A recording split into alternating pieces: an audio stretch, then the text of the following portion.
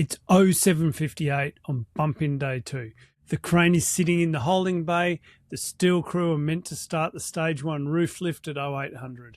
And at 0800, the schedule also has generators delivered to stages 1 and 2, a bar cool room delivery landing at the East Bar, portable toilets being delivered to the bars and food vendors, and another staging delivery rolling into stages 1 and 2, all at once. On paper, it fits. In the field, it's one narrow sight trying to breathe in through a straw. This is the moment where your schedule stops being a document and becomes a decision. Because if you do not control this 10-minute window, the site will control you. A truck will arrive early and push for access. Someone will try to shortcut the holding bay. Someone will forget the speed limit is 5 kilometres an hour because they are only going a short distance. And suddenly, your day is not about build progress, it's about risk, pressure, and recovery. So here's what we're doing today. By the end of this video, you'll be able to build a schedule that survives reality.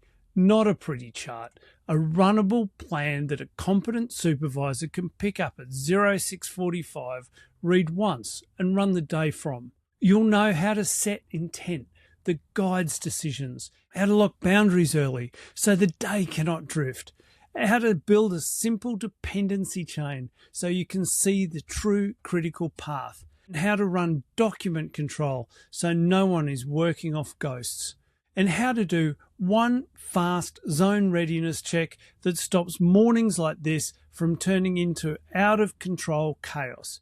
There's no motivational theatre. There's no vague theory. This is just operator craft, and we're going to keep it grounded in real moments from the schedule and run sheet so you can see exactly how it works when trucks arrive and the radio starts lighting up. I'm Ian Morrison, and I've spent the last 40 years delivering major events in Australia and globally. I strongly believe that leadership in events starts with robust systems and procedures, so today we're going to look at some of my top tips for leading events through robust scheduling. One quick note before we dive in. Later, I'm going to give you a simple system that ties all of this together and a short 0645 test you can run on every schedule you publish. If you have ever looked at your own schedule and thought this is technically correct, but you're unsure if it will still fall apart, that test is for you. Right, let's get into it. Point number 1, intent first, always. Here's the problem that intent solves. The moment the plan bends, people stop following times and start following instinct. If you do not give them a shared intent, you get 10 different instincts pulling in 10 different directions. And that is how small friction becomes a big delay, and big delays become unsafe decisions. The fix is not more details. The fix is one sentence. The military call it commander's intent, a one-line outcome that defines what success looks like for this shift, even if the times move. We use this format. By time, we will have outcome while protecting boundary so that the next phase can start. Now watch what that does on bump-in day 1. The schedule calls it out plainly. It's the first day on site. The intent is to open a safe build environment, sequence access properly, and keep heavy plant off the turf until ground protection is installed. That line is doing more work than half the schedules I see on major events, because it tells every supervisor what matters before they start chasing speed. It tells traffic management why the holding bay matters, because vehicle access is limited and arrivals must be arranged with site management and not improvised. It tells every plant operator that the speed limit is 5 kilometres an hour and pedestrians have the right of way even when you are behind. It tells the build crews that getting it done does not mean driving across unprotected ground because it looks quicker. Now bring it back to our bump-in day 2, 0800. Stage 1 roof lift commences, generators delivered, bar cool room delivery, portable toilets delivered, staging delivery number 10. Your intent isn't for a 10-minute window. It's for the day or the phase, such as the bump-in. Because when things get tight, The day needs one direction, not 12 little directions. So your bump in day 2 intent might sound like this. By the end of the day, both stages are structurally complete and ready for production, with high-risk lifts executed without compromise, so we can move into show prep without burning the crew or the schedule. Now that intent gives you something powerful at 0758. It gives you a decision filter, because the roof lift at 0800 isn't just another task. It's a high consequence moment inside the day's intent. You treat it like it's a protected sequence. You don't argue about deliveries, you control them. You keep the lift zone sterile. You use the holding bay to ensure traffic around the lift zone does not slow the key objective. That's not being strict. That's protecting the one move that if it slips, it drags the whole day behind it. Intent is the day's direction. Protected sequences are how you defend that intent when the morning starts pushing back. Now, when someone pushes for access, you're not arguing personal preference. You're protecting the intent. And when you lead like that, the schedule stops being a wish list. It becomes a shared decision tool. Which brings us to point number 2. Write tasks as outcomes, not activities. This is where most schedules quietly sabotage the crew. They list actions, install fencing, build stage, deliver toilets, but actions do not tell you what done looks like. And if done is unclear, the work keeps moving, even when the outcome is not actually achieved. That is how you end up with a site that looks busy but is never ready. The rule is outcome-led tasks. Write the line in the schedule so you can see the completion, so you can inspect it, so you can sign off on it. Instead of install perimeter fencing, the schedule is stronger when it reads like what it achieves. Eastern perimeter installation commences. Holding bay live. Structured deliveries commence. Public pathway closed.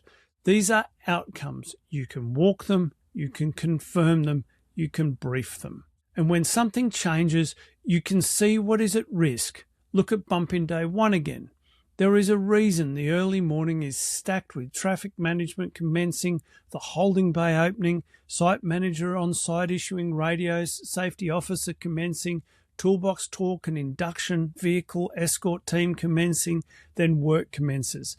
Then the mark-out team on site, then the perimeter fencing begins, then the public pathway closes. This is not administration, that is building control. A simple rule for writing lines in schedules. Outcome equals task plus stage plus sign-off where required. It is sequencing the site so the later deliveries and builds can happen without improvisation. And you can feel the difference when tasks are written this way, because the crew does not just do the work, they complete the outcomes that unlock the next set of outcomes. That is how you stop the day drifting. Now, a small but important operator truth. You do not need a long schedule to be a strong scheduler. Clarity beats volume. If you ever find yourself adding lines just to look thorough, stop. Every line you add is just another thing someone can misunderstand. The best schedules read like a flow of outcomes, not a pile of activities. If the line cannot be inspected, it's not an outcome. If it's not an outcome, you cannot control it.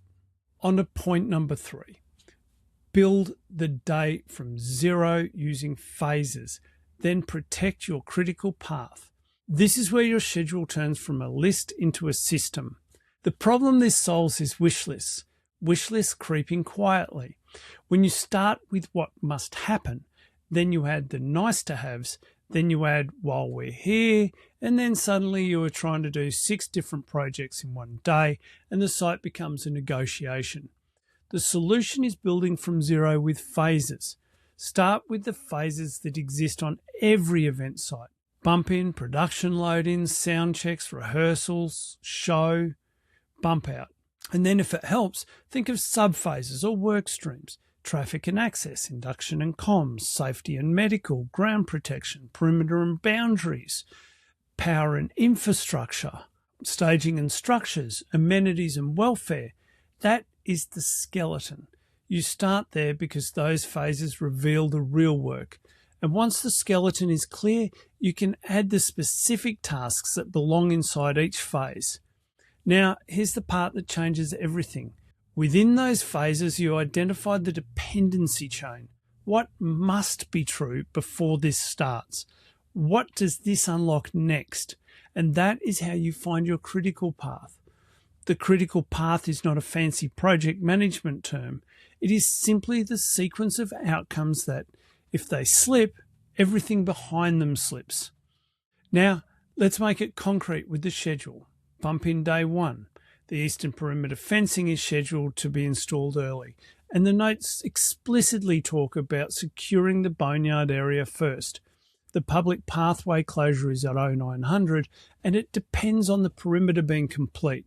Staging deliveries commence at 10, the stage build commences at 11, and that chain matters because if the perimeter is not secure, you cannot safely control movement. If you cannot safely control movement, you cannot safely receive staging deliveries. If you cannot safely receive staging deliveries, you cannot start the stage build at 11. That is the critical path, not because it's the most exciting work, because it unlocks everything else. Now apply the same thinking to our bump in day 2. At 0800, you have a roof lift commencing on stage 1 with a dependency listed as the roof being ready to lift. You also have generators delivered to stages 1 and 2 with a dependency linked to traffic management and vehicle escorts.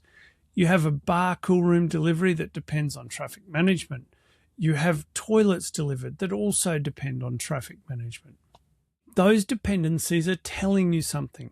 They are telling you what must be alive before that window starts. Holding bay discipline, escort rules, clear routes, clear zones. If those are not true, your 0800 window is not tight, it's fragile. So here is the rule I want you to use. Ask this question every time someone wants to change something. Does it touch the sequence? If yes, you've got to treat it as high risk. If it's no, it can move. That question is how you protect your critical path under pressure. And this is where safe, then smart, then shiny becomes practical. Safe is protecting the sequence and the boundaries. Smart is using float and protected windows so you're not relying on perfection. And shiny is what happens when the day runs calmly enough that people can do quality work. Here's an example. At 0800, the schedule has a bar cool room delivery noted as 4 20-foot refrigerated containers. That is not something you want weaving through a lift zone. They are heavy, they are awkward, they will take up space, it will create pressure. So you protect the lift, you hold the flexible deliveries, you use the holding bays properly, and you release them when the sequence allows.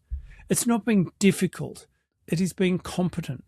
These phases give you structure, dependencies give you truth, and the critical path tells you what you must protect when the pressure hits. Let's have a look at point number 4. One gold or master copy, or you do not have a schedule, you just have suggestions. 2 versions on site means 2 realities, and when the pressure hits, the crew will follow the wrong one at the worst possible moment. The gold or master copy is simple. 1 official version, 1 place it lives, 1 file name, 1 link. No attachments, no screenshots, not I'll send you the latest on WhatsApp.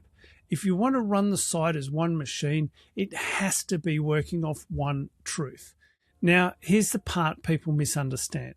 A gold copy isn't for the little adjustments you can manage on the go. It's for the changes that happen away from the site, overnight, between shifts, before the gate team arrives, before supervisors have even had their first cup of coffee, because that's when the version chaos is born. Here's a real example using the schedule you're looking at.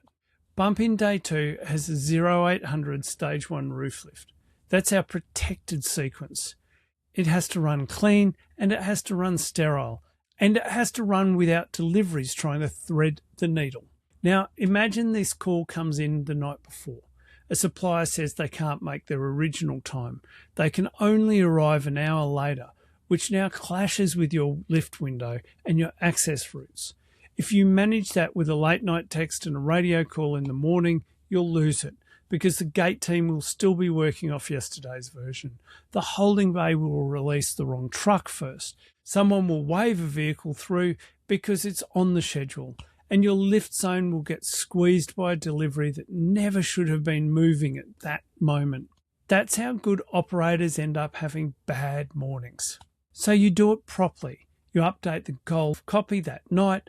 You don't write a speech. You don't rewrite the whole document. You make one change that matters, and then you log it. You're not writing a novel. It's a quick file note. What changed, when it changed, who approved it, and who has been told, and then what it impacts in plain, simple language. Then, as the morning starts, the gate team is working off the same truth as the stage build team. Traffic management is releasing vehicles in the right order. Your supervisors are staffing the day based on reality, not history. And your high-risk sequence stays protected. The gold copy is how you lead the site when you're not standing next to everyone. If it isn't in the gold copy, it isn't real. Point number 5. Run a zone readiness check before the site gets busy. This is where we come back to the opening moment, because this is the fix. The problem is clashes. Time clashes, space clashes, safety clashes. And most people only notice them once they are already standing inside them. So the framework is a quick zone readiness check. You take 3 to 5 minutes. You look at the busiest window and you do a fast scan for pressure before the pressure arrives. Here's how you would do it in real life. Pick your busiest window. For most sites, that's generally the early morning. On bump-in day 2, the schedule makes it obvious. 0630 to 0900 is where the traffic management is live. The site is waking up, and then 0800 drops a stack of high consequence movements into one moment. Now, pick your zones and keep them consistent across days. Stage 1 zone, Stage 2 zone, boneyard and plant compound, back of house, vendor areas like bar and food. Then you're going to run 3 checks: time, space, safety. Let's start with the time check. What is trying to happen at the same time? At 0800, Stage 1 roof lift commences. Generators delivered to Stages 1 and 2 with notes describing 6 500 kVA generators, all with long-range tanks. The bar cool room delivery, 4 refrigerated containers. Portable toilets delivered to bars and food vendors with a note listing 20 freshwater flush toilets for back of house. Staging delivery number 10. This is a time clash by default, because even if it all fits, it leaves no room for reality. Our space check. Do these moments share the same access routes, laydown areas, or choke points? If the crane movement and the deliveries are pulling from the same holding bay and the same access lanes, you have a space clash. If the east bar delivery wants to cross near Stage 1 during a live lift, you have a space clash. And thirdly, our safety check. Do any of these moments create overlapping exclusion zones or high-risk interactions? A roof lift is not just work. It is a controlled, high-risk activity with an exclusion zone that must stay sterile. Generators and cool rooms are not just deliveries.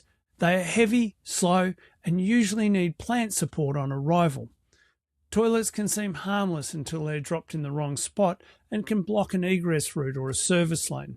So assume the clash is real until you deliberately resolve it.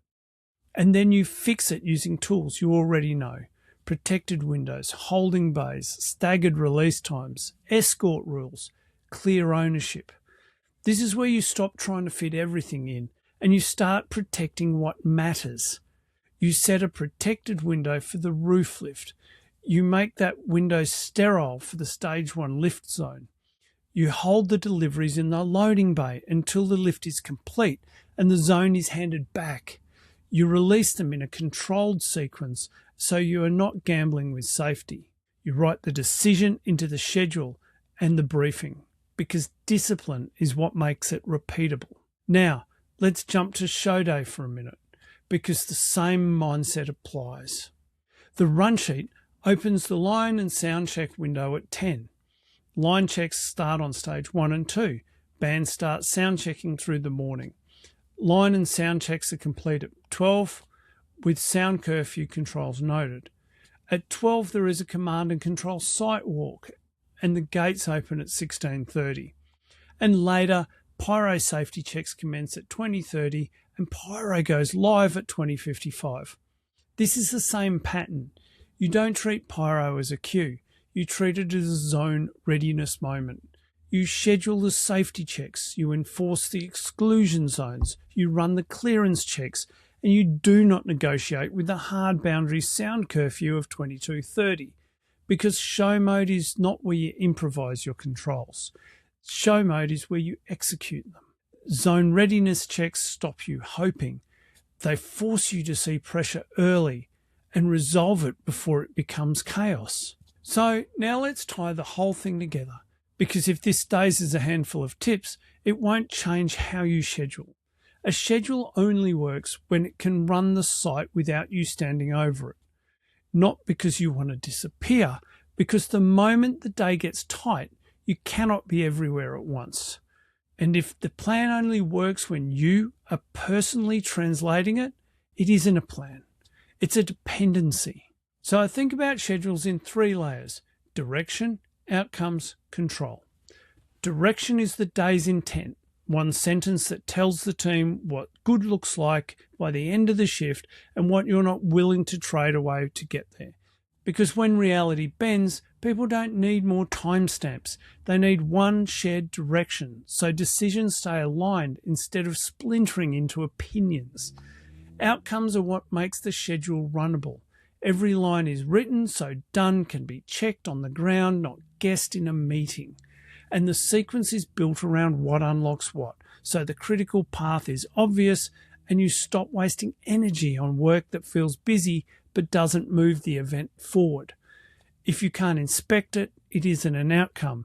And if you can't see the sequence, you're not scheduling, you're hoping.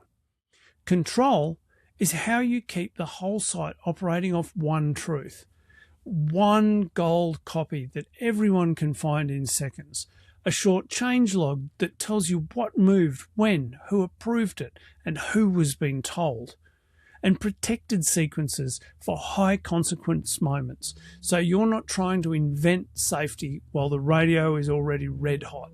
When those 3 layers are in place, the schedule stops being a document. It becomes a decision tool. It gives your supervisors permission to hold the line because the plan has already made the trade-offs clear. So now, before I send any schedule off, I run one test. I call it the 0645 test because 0645 is when the day becomes real. Radios come out, supervisors arrive, the first vehicles queue at the gate, and the schedule either holds the site together or it becomes background noise. So here's the question. If I got taken out of the loop right now, could a competent supervisor run the day off this schedule? If the answer is no, you don't hit send yet. You tighten the direction until the intent is visible in one sentence. You make the non-negotiables impossible to miss, like access windows, speed limits, inductions, and no-go zones. You rewrite vague activities into outcomes that can be inspected, and you make the sequence readable without hunting, so it's obvious what it unlocks and what must be protected when the pressure starts. You mark the high consequence moments like lifts, stacked delivery clashes, and show critical readiness checks so nobody is improvising the hard stuff in the field. And you make sure everyone knows where the gold copy lives, because one plan means one truth. That's it. Because fixing it at a desk takes minutes. Fixing it at 0800 with plant moving, radios firing, costs you time, calm, and a safety margin. And that is the whole point of scheduling. You are buying calm in advance. One more thing before we wrap. If you found value in this and you want the full walkthrough with templates, examples, and deeper build process from end to end, that's exactly what we do inside the full course, Mastering Event Scheduling in a Weekend. This video gives you some of the principles. The course gives you the full system you can apply to your next event and the repeatable habits that make it stick. Righto, final recap. Scheduling is leadership on paper. Start with intent, so decisions stay aligned. Right outcomes, so done is real. Build from zero with phases, so wish lists do not creep in. Protect the critical path, so the day cannot be negotiated into failure. Control versions, so the whole crew shares one truth. Run zone readiness checks, so you can catch pressure early. That's safe, then smart, then shiny. Safety first because it protects people and licenses. Smart second because it protects the flow. And then shiny last because shine comes from calm execution, not frantic effort.